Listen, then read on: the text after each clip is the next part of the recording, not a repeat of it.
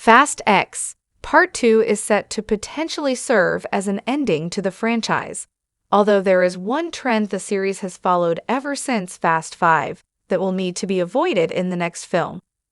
With a long-running franchise full of great Fast and Furious titles, the series has evolved from a street racing thriller into one of the biggest action blockbuster franchises of all time.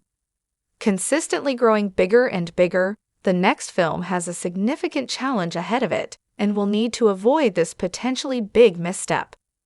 While Fast X was not the best movie in the series, there was much to enjoy about the film.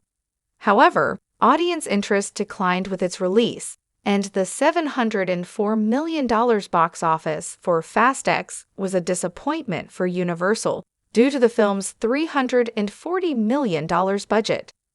This has led to some delays and restructuring for the next sequel, which was previously envisioned as part of a final Fast trilogy. With production not yet begun on the new film, there is still time for it to shape itself into the best in the franchise.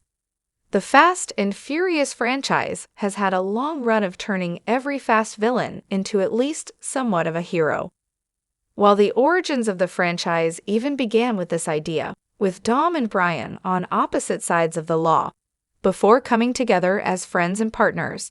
This trend especially began in Fast 5.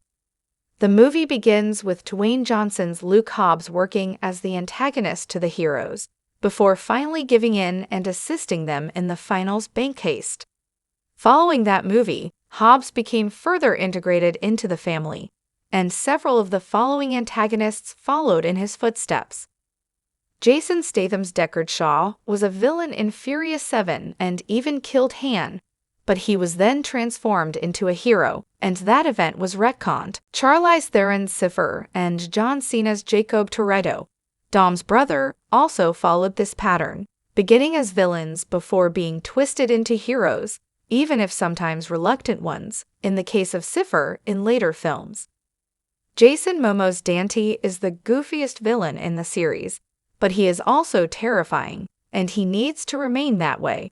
Played with great theatricality in Fast X, Dante did a great job tying the story of the larger franchise together, calling back to Fast 5 and its bank heist. While there were some complaints about the story of the film, which was perhaps too expansive, with too many characters, Momoa's performance as Dante, the son of Herman Reyes, was mostly praised. In the follow-up to Fast X, Dante needs to remain a terrifying threat who looks to do great damage to the heroes in Fast X, Part 2. While the franchise has looked to redeem its villains, the end of this next story should allow Dante to be consumed by his own quest for revenge, failing in his attempt to destroy Dom and his family, but never giving up. The franchise needs to end with an excellent confrontation, and that can only work if Dante is able to remain the mad villain he was presented as in Fast X. It is not impossible that the franchise could find a way to redeem Dante in the next film, but this would undo his efficacy as a villain.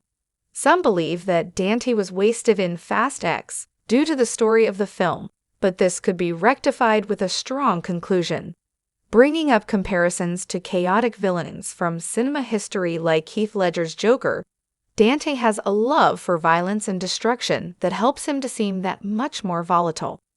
Allowing this to grow even bigger in the next film would be the right path forward. There have been some great villains in the Fast franchise, but all the best ones have already been turned into heroes. Allowing Dante to remain villainous all the way to his inevitable demise in the next sequel, if done well, could easily transform the character into the greatest threat that the family faces throughout the entire saga. With family being such an important theme, it is essential that the series also sees that there are limits to what can be rehabilitated, and that some men, like Dante, only want to watch the world burn. Dante is one of the most fun villains in recent cinematic history, and there is reason to be hopeful that he will be used well in the upcoming Fast X, Part 2. With declining box office for the franchise suggesting that the next adventure will be the last one, it is important that the series goes out with a bang.